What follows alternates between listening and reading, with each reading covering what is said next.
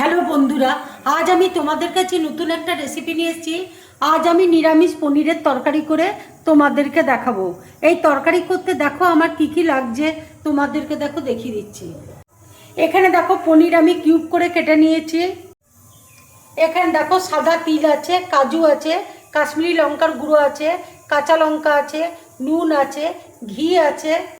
এখানে দেখো শুকনো লঙ্কা, কাঁচা লঙ্কা, আদা আছে, গোটা গরম মশলা আছে, তেজপাতা আছে, মৌরি গুঁড়ো রয়েছে, গোটা জিরে রয়েছে।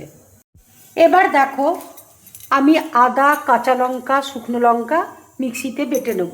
মিক্সিতে দেখো আদা, কাঁচা লঙ্কা, শুকনো লঙ্কা আমি দিয়ে দিলাম। গোটা জিরে দেখো দিয়ে দিচ্ছি। জল দিয়ে দেখো আমি বেটে নেব। এই রান্নাটা দেখো আমি সর্ষের তেলে করছি। কড়াই দেখো তেল দিয়েছি, তেল দেখো গরম হয়ে গেছে। এবার আমি পনিরটা দিয়ে দেবো।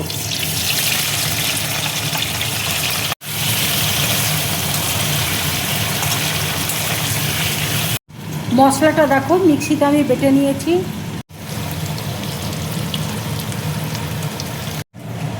এবার দেখো কাজু আর সাদা তিল আমি বেটে নেব।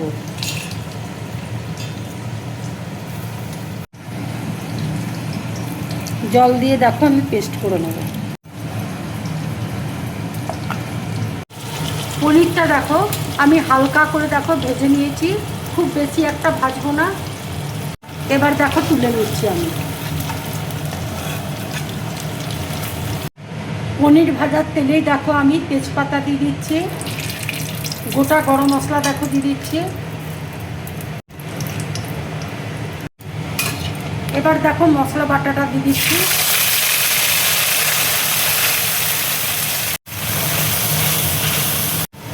হলুদ দেখো দিয়ে দিচ্ছি। টক দই দেখো ফেটিয়ে রেখেছি, টক দইটা আমি দিয়ে দিচ্ছি।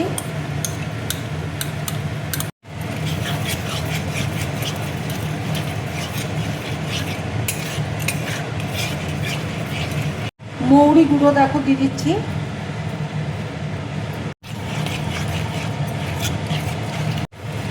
কাশ্মীরি লঙ্কার গুঁড়ো দেখো দিয়ে দিচ্ছি।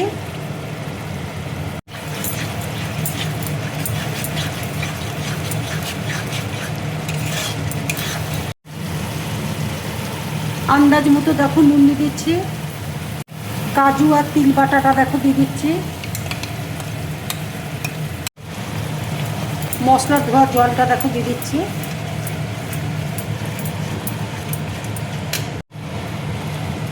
মটরশুঁটিটা দেখো দিয়ে দিচ্ছি।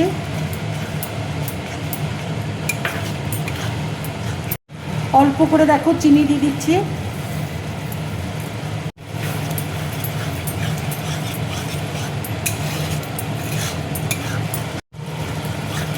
ভালো করে মশলাটা দেখো কষিয়ে নেব।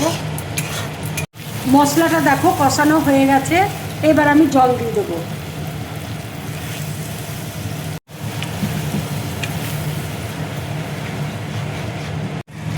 এবার দেখো পনিরটা আমি দিয়ে দিচ্ছি।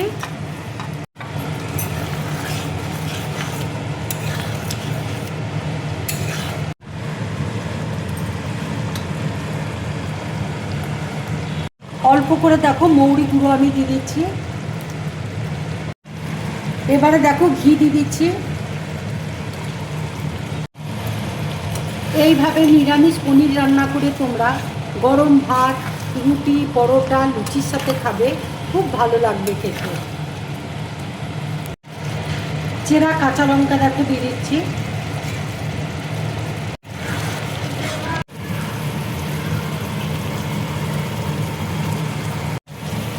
পনিরটা দেখো রান্না হয়ে গেছে।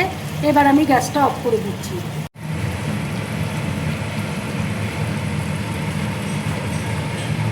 এইভাবে নিরামিষ পনিরের তরকারি করে তোমরা বাড়িতে খাবে। খেয়ে আমাকে অবশ্যই কমেন্টস করে তোমরা জানাবে তোমাদের কেমন লাগলো।